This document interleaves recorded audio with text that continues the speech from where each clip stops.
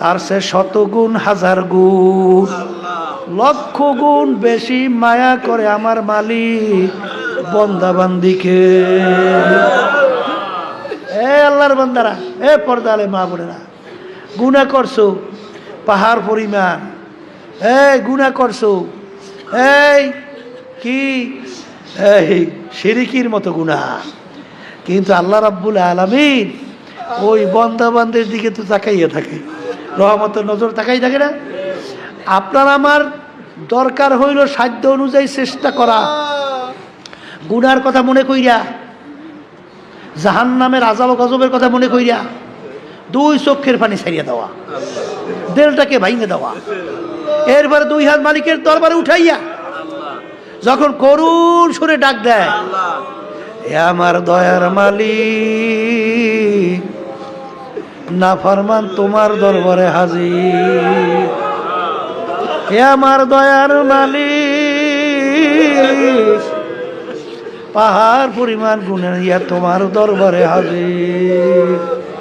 কি বোঝেন? এই করুণ সুরে যখন বান্দাবান্দি আল্লাহকে ডাক দেয়, কি আমি বলি নাই, আমি বলি নাই, হাদিসে কুদসির ভিতরে আসছে, মান আতানি ইয়ামশি আতাইতুহু হারওয়ালা। যেরকম নাকি বন্দাবান্দি সন্তান এক পাও দুই পাও হাঁটতে পারে না, এক পাও দুই পাও সময় মাত্র দেয়, মা বাপ দূর থেকে ডাক দে, বাবা আসো, সন্তান তো ফুর্তির চড়ে মা ডাক দিছে, ও তো পারে না দুই এক পা হাঁটতে, ঠাস করে পড়ে গেছে। বাপ মা তো তাকাই দেখাই দেখে, যোকে ডাক দিছে ও তো আসতে পারবে না, তাই পড়িয়ে গেছে, যখন চিৎকার মারে বাপ মা একটা হাসি দিয়া দৌড় দিয়ে যাইয়ে ধরে। হ্যাঁ, এই বন্দাবান্দি কখনোই তার শক্তিতে আল্লাহ পর্যন্ত পৌঁছতে পারবে? এই শক্তি বন্দাবান্দির আছে, কিন্তু বন্দাবান্দিকে আল্লাহ বলছেন, এই চেষ্টা কর, চেষ্টা কর। যখন আপনার আমি চেষ্টা করব, যখন একটু নাড়াচাড়া দিয়ে হাঁটা শুরু করব, মানাতা নিয়াম সেই আতাই তু হারওয়ালা, বন্দাবান্দি হাইটে হাইটে রওনা করছে। এই আল্লাহ রাব্বুল আলামিন মানে আমার রহমত দৌড় দেয়, দৌড় দিয়ে যাই ওকে টান দিয়া রহমতে কোলের ভিতরে জায়গা দিয়ে দেয়। কথা ঠিক না? হে আল্লাহর বান্দা, যেই কথা বলতে চাইছিলাম যে ওই কলব নামক ওই গোশতের টুকরা পরিষ্কার করা লাগবে কি লাগবে না? এই জন্য ওই যে তাকাব্বুরি, আমি ভালো, আমি বড়, খবরদার নিজেকে নিজে সবসময় গুনার কথা মনে কইরা, ওই জাহান্নামের আযাবের কথা মনে কইরা, কবরের আযাবের কথা মনে কইরা নিজেকে সবসময় ছোট মনে করতে হবে। আর ছোট মনে করলেই আল্লাহর রহমত বেদরকভাবে আসতে থাকবে। কথা ঠিক না? ঠিক। এই রোগটা দূর করার জন্যে সবচেয়ে বড় একটা মহা ঔষধ হলো আল্লাহর জিকির বেশি বেশি করতে হবে। কার জিকির? আল্লাহর বেশি বেশি বেশি আল্লাহর জিকির করার মাধ্যমে এই কলবের রোগগুলো দূর হইতে থাকে, তাকাব্বুরি দূর হয়, হিংসা দূর হয়, এই বিভিন্ন রিয়া দূর হয়। এগুলা দূর হওয়ার জন্য আল্লাহর জিকির বেশি বেশি করা লাগে। মৌতের মোরাকাবা বেশি করতে হয়। আর একটা ঔষধ কি? মৌতের মোরাকাবা। কি মোরাকাবা? মৌতের চিন্তা। মোরাকাবা মানে কি? চিন্তা। এই যে শোনেন না মোরাকাবার সবক, মুশাহাদার সবক শোনেন না? মোরাকাবার সবকটা কি? এই মোরাকাবার সবক হইল তালাশ কইরা চিন্তা নিয়ে আসায় বসে। আর মুশাহাদা মানে কাকে বলে? বসেন, চিন্তা ছাড়া 24 ঘন্টা আপনার ভিতরে আপনার আল্লাহর খেয়াল পয়দা হয়ে যাওয়া। কথা ঠিক না? ঠিক। এই যে চিন্তা, এই চিন্তা করা লাগবে সবসময়। যে বলতেছিলাম যে এই কলবের রোগ দূর করার জন্যে এই মৌতের মোরাকাবা। কির মোরাকাবা? মৌতের মোরাকাবা। এরপরে বেশি বেশি আল্লাহর জিকির। এরপরে সাদিকিন, আল্লাহর খাস বান্দাদের সঙ্গী হইয়া যাওয়া, তাদের সংস্পর্শে যাওয়া। কথা ঠিক কিনা? এই সংস্পর্শে যাওয়ার পরে তারা যেইভাবে বলবে ওইভাবে মাইনা চলা। কথা ঠিক কিনা? ওখানে বাড়াইবেও না, কমাইবেও না। কথা ঠিক? যদি বাড়াইবে না কমাইবে না। আল্লাহ রাসূল সাল্লাল্লাহু আলাইহি ওয়াসাল্লামের হাদিস, এক আল্লাহর বান্দা সাহাবী আসছেন, আল্লাহ রাসূল সাল্লাল্লাহু আলাইহি ওয়াসাল্লাম আমাকে এমন কিছু আমলের কথা বলেন যেই আমলের মাধ্যমে আমি জাহান্নাম থেকে বাঁচতে পারবো, বেহেশতে যাইতে পারবো। আল্লাহ রাসূল সাল্লাল্লাহু আলাইহি ওয়াসাল্লাম তাকে বিভিন্ন আমলের কথা বললেন। সাহাবী রওনা করে যাইতেছেন আর বলতেছেন, আল্লাহ রাসূল সাল্লাল্লাহু আলাইহি ওয়াসাল্লাম আপনি সাক্ষী থাকেন, আপনি যেইভাবে বলছেন আমি হুবাহু ওইভাবেই আমল করব, বাড়াবো না কমাবো না। আল্লাহ রাসূল সাল্লাল্লাহু আলাইহি ওয়াসাল্লাম তিনি যখন রওনা করে যাইতেছেন, সাহাবায়ে কেরামদেরকে বলতেছেন, তাকে ইঙ্গিত কইরা তোমরা যদি বেহেশতি লোক দেখতে চাও, তাকে ইঙ্গিত করে বলতেছেন তাকে দেখে নাও, তাকে দেখে নাও। তাহলে বুঝতে হবে মুরিদ শব্দের অর্থ কি? আরাদা ইউরিদু মুরিদান, অর্থাৎ আপনি ইচ্ছা করছেন। কি ইচ্ছা করছেন? যে আপনি গুনার কাজ করবেন না, নেকের কাজ ছাড়বেন না, গুনার থেকে ফিরিয়ে আসবেন। এখন পীর সাহেব হুজুরের কাছে আপনি এই কথার উপরে ওয়াদাবদ্ধ হয়েছেন, সব বুড়ি বাতুল সে আর সব বুড়ি কাবু সে। কথা ঠিক যাবে? ঠিক। আয় মেরে আল্লাহ, এই যে আপনি ওয়াদা করতেছেন, এর নাম হলো ইচ্ছা পোষণ করছেন, এর নাম হলো মুরিদ। এর নাম কি? মুরিদ হইছেন। এখন তো অনেকে যদি চালাকি করেন, শোনেন, বেয়াদব মাহরুম গাস্তাজ হজদের হব। যে বেয়াদব হয়, বেয়াদব কাকে বলে? যে কথা মানে না। বেয়াদব কাকে বলে? যে কথা বলে। এর নাম কি? বেয়াদব। আর আদবওয়ালা কাকে বলে? আল আমরু ফাওকাল আদাব। আদবের ভিতরে সবচেয়ে বড় আদব হলো কথা মানে। কি মানে? কথা যে মানবে কামিয়াব। কথা বলে না? কথা যে মানবে কি কামিয়াব। আর যে কথা মানবে না, যে চালাক হবে, হে কিন্তু বরবাদ। সে কি? বরবাদ। এর জন্য মুরিদ হয়েছেন, সোহবাতে গেছেন। সোহবাতে যাওয়ার পরে আল্লাহর রহমতে দেখা যায় ওই পীর সাহেব হুজুরে বলছে যত কষ্ট হোক সারা যাইবে না। কথা কয় না? ওই যে বারবার বলা হয় না, আবার স্মরণ করার জন্য বলা হইতেছে। ওই যে পীর সাহেব হুজুর কাছে মুরিদ হইছে, অনেক চালাক চতুর আছে, বোকাও একজন আছে। কিও আছে? ওই বোকা তো হুজুর ওই বোকাটারে ভালোবাসে বেশি। অন্য অন্যগুলো বলতেছে ব্যাপার কি, হুজুর এই বোকাটার এত কেন ভালোবাসে। হুজুরের কাছে যখন পৌঁছলো, এখন হুজুর তোই দিয়ে দিছে না জ্যান্ত মোরগ মুরগি আর ছুরি একটা একটা হাতে, এমন জায়গায় জবাই করবা কেউ যেন না দেখে। তাই হুজুরের কথা মানার জন্য গভীর জঙ্গলে যাই জবাই করছে, কেউ দেখে নাই। কেউ পানির ভিতরে ডুব দিচ্ছে, জবাই করছে, কেউ দেখে নাই। ঘরের ভিতরে গোবরে জবাই করছে, কেউ দেখে নাই। ওই বোকা মুড়ি ওই জ্যান্ত মোরগ নিয়ে হুজুরের সামনে হাজির। অত চালাক হইয়েন না, অত চালাক টালাক হইয়েন না, বোকা সাজেন, বোকা সাজেন। তাইলে দেখবেন আল্লাহর রহমত কিভাবে পাওয়া যায়। চালাক অত হইতে যাইয়েন না। এখন আসছে তো বোকা, অন্য অন্যগুলো বলতেছে কি রে এইটার হুজুর এত মোহাব্বত করে, হ্যাঁ এইটা তো হুজুরের কথাই ঠিক মতো মানে নাই। শেষ পর্যন্ত হুজুর বলতেছে ধমক দিয়া, কি রে সবাই আমার কথা মানলো, তুই যে জ্যান্ত মোরগ লই আসছি, জবাই করলি না? তখন বোকা কি বলতেছে, হুজুর আপনার তো শর্ত লাগাইছে।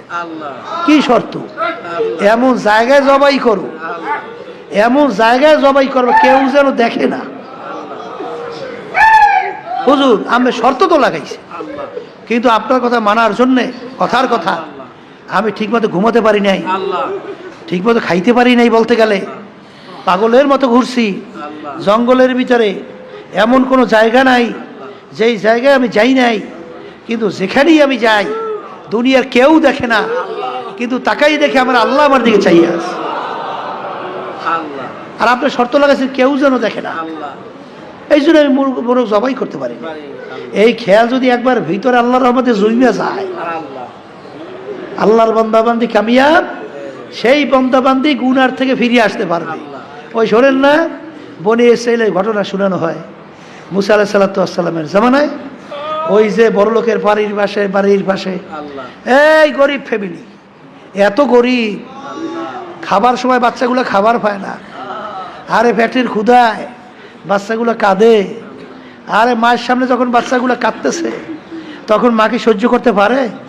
দিক বিদিক হারাইয়া যখন আল্লাহর বান্দা বলতেছে পাশের বাড়ি যাইয়ে দেখো বড় লোকের বাসায় একটু কোনো খানা পাওয়া যায় কিনা, বাচ্চাগুলো পেটের ক্ষুধায় মরণাপন্ন। যখন ওই আল্লাহর বান্দি যাইয়ে বলল যে বাচ্চাগুলো আমার পেটের ক্ষুধায় মারা যাওয়ার উপক্রম, একটু খানা দিলে বাচ্চাগুলো খাবে, বাচ্চাগুলা পেটের ক্ষুধায় অস্থির। আর ওই লোক প্রস্তাব দেশে তুমি যদি আমার সাথে খারাপ কাজে লিপ্ত হইতে পারো না হুজুবিল্লাহ, তাইলে এর বিনিময়ে তোমাকে খাদ্য দেব। আল্লাহর বান্দি আল্লাহর ভয় ওখান থেকে ফিরে আসার পরে এখন এসে দেখে বাচ্চাগুলো আর শ্বাস টানতে পারতেছে না, মারা যাইবে। এই অবস্থা কোনো মা সহ্য করতে পারে? এই অবস্থাতেই মা হুশ হারাই ফেলছে, পাগলের মতো উঠে আবার যখন দৌড় মারে দিয়ে বলতেছে খাদ্য দাও বাচ্চাগুলো বাঁচুক। এখন কথাও বের হয় না, অস্থির হইয়া যখন বলতেছে তখন এই কথা বলার পরে আল্লাহু আকবার, তখন ওই আল্লাহর ওই যে লোকটা যখন খারাপ কাজের জন্য আসতেছে তখন আল্লাহর বান্দি শরীরের ভিতরে থরথর করে কম্পন শুরু হয়ে গেছে, থরথর করে কাঁপতেছে। তখন ওই বড় লোক বলতেছে ব্যাপার কি, তুমি এরকম কাঁপতেছে কেন? তখন ওই আল্লাহর বান্দি বলে আল্লাহর ভয়, আল্লাহর আযাব ও গজবের ভয়, আল্লাহর জাহান্নামের আযাব ও গজবের ভয়, এই জন্য আমি কাঁপতেছি।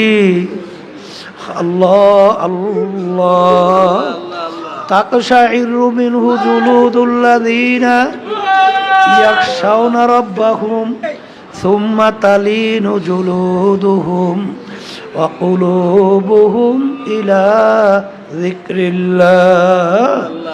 এক শ্রেণী আল্লাহর বান্দা বান্দি দুনিয়ার ভিতরে এরকম আল্লাহ আল্লাহ আল্লাহ আল্লাহ আল্লাহু আকবার এরকম আছে, যখন তাদের গুনার কথা মনে করে, যখন গুনার কথা মনে পড়ে, যখন জাহান্নামের কথা মনে পড়ে, যখন কবরে আযাবের কথা মনে পড়ে, যখন মৌতের কথা মনে পড়ে, যখন কিয়ামতের ময়দানের কথা মনে পড়ে, তখন তাদের ভিতরে এমনভাবে ভয় শুরু হইয়া যায়, তখন তাদের শরীরের চামড়া থরথর করে কাঁপতে থাকে, তাদের কলবটা থরথর করিয়া কাঁপতে থাকে। আরে এই কথা বলার পরে ওই আল্লাহর বান্দি বলে আল্লাহর ভয়, বলার সঙ্গে সঙ্গে ওই আল্লাহর বান্দার ভিতরে আল্লাহর ভয় আল্লাহ পয়দা কইরা দিল। আল্লাহর ভয় পয়দা হইয়া গেল। এখন ওই আল্লাহর বান্দা বলে মালিক, আমার চেনে মোখারাম তো দ্বিতীয় দুনিয়া থাকতে পারে না, তুমি আমাকে এত সম্পদের মালিক বানাইছো, তুমি আমাকে এত অর্থ দান করছো, এত সুন্দর বিল্ডিং দান করছো, এত সুন্দর ঘর বাড়ি দান করছো, এত সম্মান দান করছো, মালিক আর তোমার এই বান্দিকে তুমি সম্পদ দাও নাই, এত গরিব বানাইছো, সন্তানগুলা পেটের ক্ষুধায় মরণাপন্ন, এই অবস্থায়ও তোমাকে ভোলে নাই, এই অবস্থায় জাহান্নামের ভয়, তোমার আযাব ও গজবের ভয়, তার শরীরের চামড়া থরথর করে কাঁপতেছে। মালিক আমার চেয়ে নেমোখারাম দ্বিতীয় আর কেউ হইতে পারে না। এই কথা বইলা ওই আল্লাহর বান্দা গুনার থেকে ফিরে আসলো, আরে তাওবা খালেস করলো। এ আল্লাহর বান্দি তোমার কি পরিমাণ মাল লাগবে বস্তা বইরা নিয়ে যাও, আমি আর গুনার কাজ করব না। এই কথা বইলা যখন আল্লাহর বান্দা ফিরে আসলো, আল্লাহ রাব্বুল আলামিন বান্দার উপরে খুশি হয়ে গেল। ওই আল্লাহ রাব্বুল আলামিন তার নবী মুসা আলাইহিস সালাতু ওয়াস সালামের কাছে ওহী নাযিল করে, হে জামানার নবী মুসা, তুমি আমার ওই বন্দার কাছে সুসংবাদ জানাও, তার জীবনের সব গুনাহ আমি মাফ কইরা দিলাম। আল্লাহ আল্লাহ আল্লাহ। মালিক তোমার ভয়, তুমি আমাদের ভিতরে পয়দা করো। আল্লাহ কুতিবা আলাইকুমুস সিয়াম কামা কুতিবা আলাল্লাযীনা মিন ক্বাবলিকুম লাআল্লাকুম তাত্তাকুন।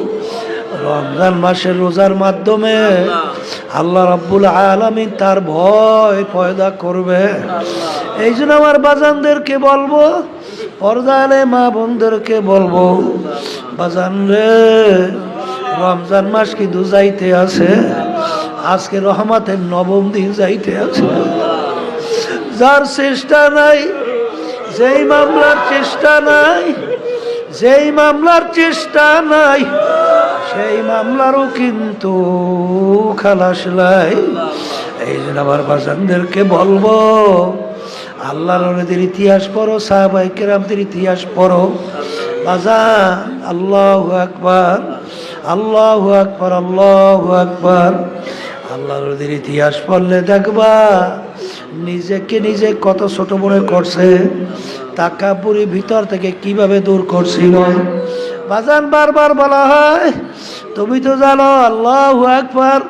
আমার আব্বাজান রহমাতুল্লাহ আলাইহি বাজান কিভাবে নিজেকে নিজে গোপন করতেন। আল্লাহ হাকে বলুন তো আশরাফ আলী থানভী রহমাতুল্লাহ আলাইহি বাজান ট্রেনের ভিতরে রওনা করছেন। আখারে তার ছোট্ট মেয়ে সাথে ট্রেনের ভিতরে হঠাৎ পানির পিপাসা, বলে আব্বা পানি খাবো। তাদের কাছে পানিও নাই, ওদিকে বাচ্চা তো পানির পিপাসায় অস্থির। আল্লাহু আকবার, কোথায় পানি পাবে? হঠাৎ আপনি ট্রেনটা থাইমা গেল। যেখানে থামলো সরাসরি দেখে একটা ডিপ টিউবওয়েল। হুজুর বলতেছেন খাদেমকে, বাবা যাও ওই ডিপ টিউবওয়েল দেখা যায়, তাড়াতাড়ি পানি নিয়ে আসো। খাদেম নাইমে যখন পানি নিয়ে আসলো, আসার পরে আবার ট্রেন চালু হয়ে গেল।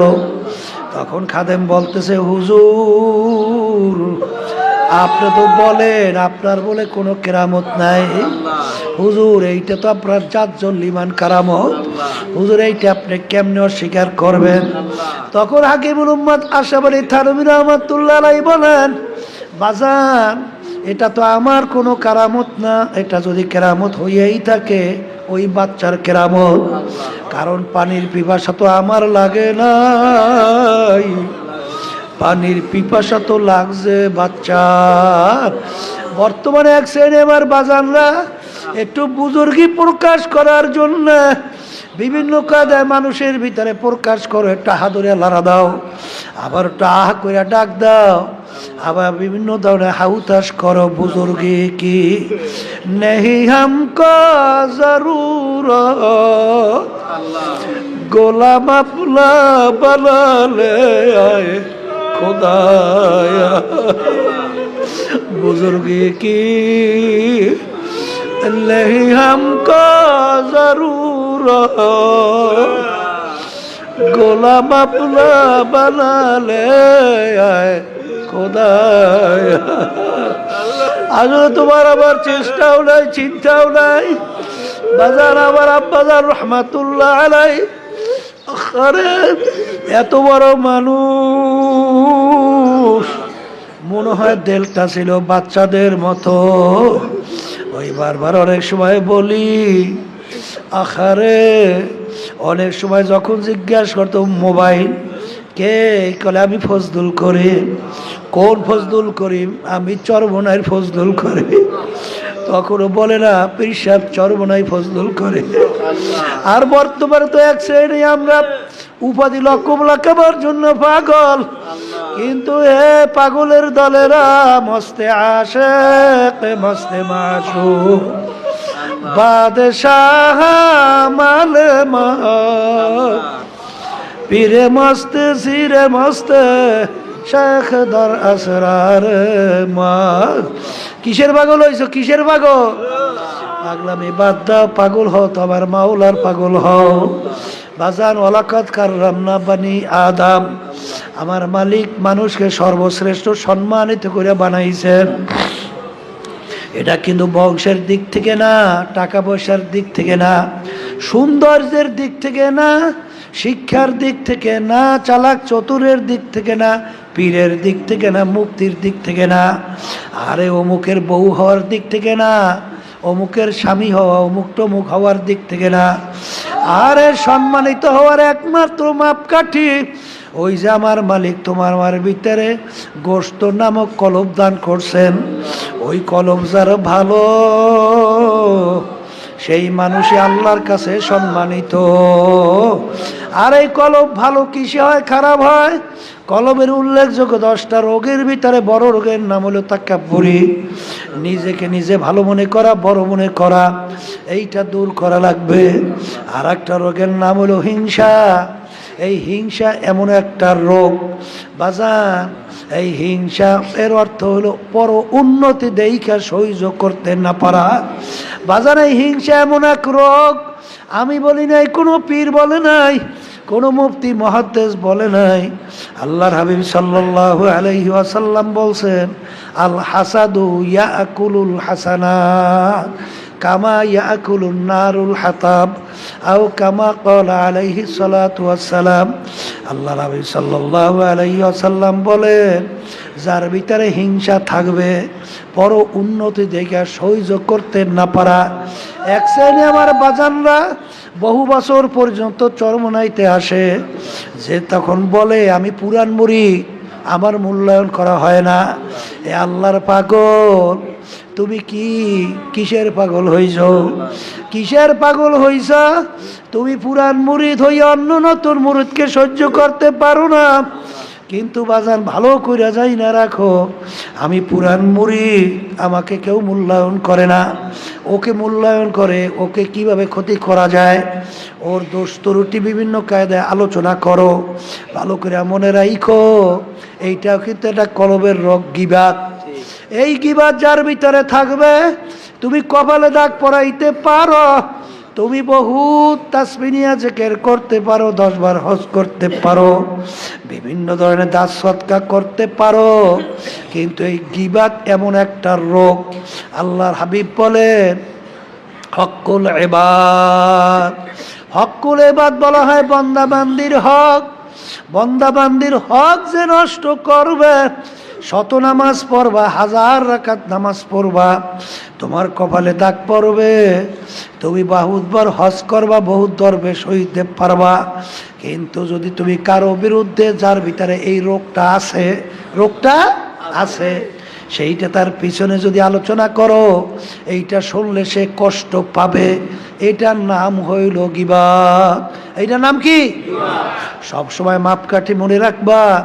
আল্লাহর হাবিব সাল্লাল্লাহু আলাইহি ওয়াসাল্লামের দরবারে এক মহিলা ছিল। মহিলাটা সাইজে একটু খাটো ছিল। যাওয়ার পরে আয়েশা সিদ্দিকা রাদিয়াল্লাহু তাআলা আনহা বলেন, এ আল্লাহর হাবিব, মহিলা তো একটু খাটো। আল্লাহর হাবিব বলেন, আয়েশা তুমি গীবাত করছো। আয়েশা সিদ্দিকা রাদিয়াল্লাহু তাআলা আনহা বলেন, হে আল্লাহর রাসূল, এইটা গীবাত কিভাবে হলো? আসলে তো মহিলাটা খাটো। তখন আল্লাহর হাবিব বলে, আয়েশা, এর নামই হলো গীবাত। এর নামই কি? দোষ তার মধ্যে আছে, দোষ তার মধ্যে আছে। তার পিছনে আলোচনা করলে সে শুনলে কষ্ট পাবে। এর নাম কি? গীবাত। এর নাম কি? গীবাত। এই রোগটা অনেকাংশে মহিলাদের ভিতরে বেশি দেখা যায়। মহিলারা বৈশা একজনকে খুশি করার জন্যে আর একজনের বিরুদ্ধে খুব সুন্দরভাবে উপস্থাপন করে। আছে না নাই? আছে না নাই? মানে তার কাছে ভালো হয়, হ্যাঁ, তার খুব প্রশংসা করে। এবং অন্য যেমন ভাই ভাই বউদের মধ্যে আর এক ভাই বউর কাছে যাইয়া বিভিন্ন কায়দায় কায়দায় লাগাইয়ে দেয়। এই এক শ্রেণী আছে না? এগুলোর সকলখোর বলা হয়। সকলখোর কে বলা হয়? সকলখোর। ওদিকে আবার গীবত। কথা ঠিক কিনা? আর সবসময় মনে রাখেন, এই গীবতের গুনাহ হক্কুল ইবাদ। গীবতের গুনাহ কি? হক্কুল ইবাদ। আল্লাহর হাবিব বলেন, ইল্লা বিল হক্কুল ইবাদ, ইল্লা বিল হক্কুল ইবাদ, ইল্লা বিল হক্কুল ইবাদ। আল্লাহ রাব্বুল আলামিন হক্কুল ইবাদ, বন্দার হক মাফ করবেন না, বন্দার হক মাফ করবেন না। এই জন্য খুব সতর্ক। তবে খেয়াল রাখা লাগবে, অনেক সময় আছে যে হুজুর তার ভিতরে দোষ আছে, যেমন চোর আছে না, হুজুর তার ব্যাপারে কি আমরা আলোচনা পিছনে সতর্ক না করলে এদের সর্বনাশ হয়ে যাবে। এরম একটা বিভিন্ন কায়দায় এই দিনের নামে পীর সাজছে আছে না, ভণ্ড, ইমান নষ্ট করবে। এইটা জানাইয়ে দেওয়া গীবাত না, এটা বরঞ্চ তোমার জন্য ওয়াজিব। যেমন আমরা অনেক সময় বিএনপির ব্যাপারে আলোচনা করি, আওয়ামী লীগের ব্যাপারে আলোচনা করি, জাতীয় পার্টির ব্যাপারে আলোচনা করি, অনেক ইসলামের নামে দল তাদের ব্যাপারে আলোচনা করি। কেন করি? এর জন্য করি যে এই আদর্শ যদি কেউ যাই না, সই না, মাই না, বুঝা চলে, তার ইমান থাকবে না। এটা গীবাত না, বরং সেইটা জানাইয়ে দেওয়া ওয়াজিব। জোরে বলেন কথা ঠিক কিনা? এক শ্রেণী বর্তমানে আছে ইসলামের পোশাক ধরছে, এই ইসলামের সাইনবোর্ড লাগাইছে, কথা ঠিক কিনা? ওই আব্বাজান রহমতুল্লাহ আলাই যে বলতেন যে বাজান, এই একজনের শখ জাগছে বাঘ অঙ্কন করবে, বাঘ হাতের ভিতরে বাঘ অঙ্কন করবে, আছে না এরকম শখ জাগে না? এখন সে তো অঙ্কনকারীকে যেই যখন বলল আমার হাতের ভিতরে বাঘ আইখা দাও, এখন অঙ্কনকারীতে যখন ওই ফোঁটা দেওয়া শুরু করছে, এখন ব্যথা পায় না, ব্যথা পায় না, বলতেছে ভাই একটু থামো তো, কি আঁকো? কলে বাঘের মাথা আঁকি। বাঘের মাথা। কলে ভাই বাঘটা থাকবে হাতের মধ্যে, এইটার মাথা না থাকলে হবে কি? অন্যটা আঁকো। এখন শেষ পর্যন্ত আবার অঙ্কন করা শুরু করছে, পেট পেট। কি আঁকো? কলে বাঘের পেট। কলে পেট না আঁকলে হবে কি? হ্যাঁ, এটা হাতের ভিতরে থাকবে, কি খাইবে লইবে?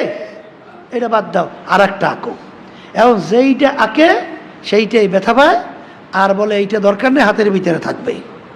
এক পর্যায়ে যেইটা আঁকি সেইটাই নিষেধ। শেষ পর্যন্ত এখন বলে বাঘ আইখা দাও।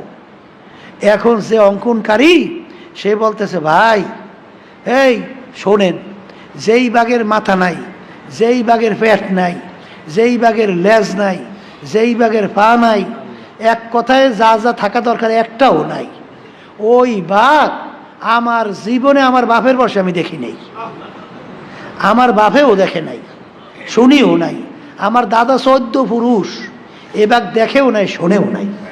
এখন তোমার এই আমি বাঘ অঙ্কন করব কিভাবে? যেই বাঘের মাথা নাই, পেট নাই, লেজ নাই। বর্তমানে ইসলামের দল বাইরেছে, মহিলাদের পোশাক আদির ব্যাপারে কোনো রেস্ট্রিকশন নাই, পর্দা নাই, কথা হয় না, আল্লাহর হাবিবের সুন্নাত নাই। তাই ইসলাম জিনিসটাকে হেয়েই তো বুঝলাম না। ইসলামের ভিতরে মাথা নাই, পেট নাই, পাও নাই, লেজ নাই, এই এরম বা কেউ বাপের বসে দেখছেন আপনারা?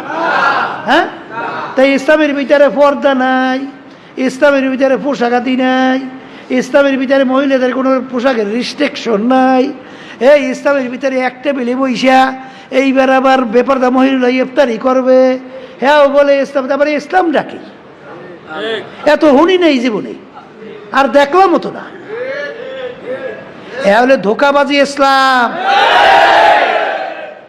অনেকে ইসলাম নাম দিয়া এইবার এই প্রচলিত কুফরি গণতন্ত্র এইটা মাইনা এইবার আবার বিরাট সাইনবোর্ড লাগাইছে আমি ইসলাম। ওই গ্রামে একটা কথা আছে, কথা বুঝছেন? এখন কই লাভ নাই, অনলেও খারাপ, বুঝছেন? ওই ইসলাম নাম রাখার জন্য নাম রাখছে ইসলাম, আর রাখছে শান্তি, কথা বুঝছেন? তখন ওই শান্তি আর ইসলাম, ওই শান্তি আর ইসলামই পায়, কিন্তু আসলে মূলত ইসলাম এর নাম না, কথা বুঝছেন? ইসলাম ভিন্ন জিনিস। মা আতাকুমুর রাসূলু ফাখুযুহু ওমা নাহাকুম আনহু ফান্তাহু। আল্লাহ রাসূল সাল্লাল্লাহু আলাইহি ওয়াসাল্লাম যা কিছু নিয়ে আসছেন পুরাপুরি আঁকড়াইয়া ধরো, নিষেধ করছেন ফেরো।